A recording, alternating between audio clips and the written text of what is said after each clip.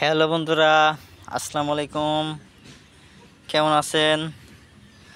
আশা করি সকলেই আল্লাহ তাআলার অশেষ রহমতে ভালো আছেন। তো বন্ধুরা, আপনারা দেখতে পাচ্ছেন আমি কি ভিডিও নিয়ে আলোচনা করব। আপনারা স্ক্রিনের মধ্যে যে বন্ধুরা তরকারি গাছটি দেখতে পাচ্ছেন, বেশিরভাগ লোকেই এই দেখে চিনেছেন। তো বন্ধুরা, সেই গাছটির নাম হচ্ছে ট্যাঙ্গা বা ডাটা। বন্ধুরা, আপনাদের অঞ্চলে এটিকে কী নামে বলা হয় আপনারা কমেন্টের মাধ্যমে জানেন।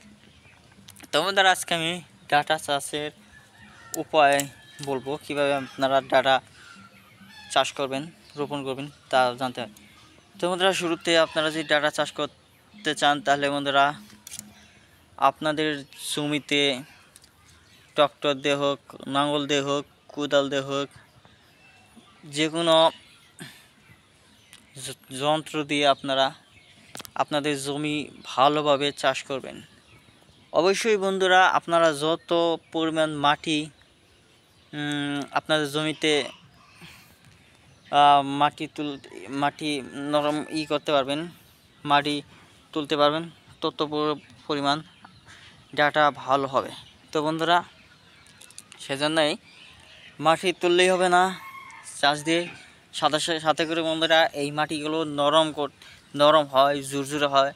তারপর মাটির উর্বরতা বাড়ানোর জন্য পানি দিয়ে রাখতে হবে, যাতে পানি ভিজে ভিজে থাকে মাটিগুলো। তারপর বন্ধুরা, আপনারা আপনাদের জমিতে এই ডাটা যে বীজ রয়েছে, দেশীয় জাতের বীজ, যেগুলো খেলে নাকি সুস্বাদু, সেই বীজগুলো আপনারা রোপণ করুন। ধন্যবাদ আপনাদেরকে।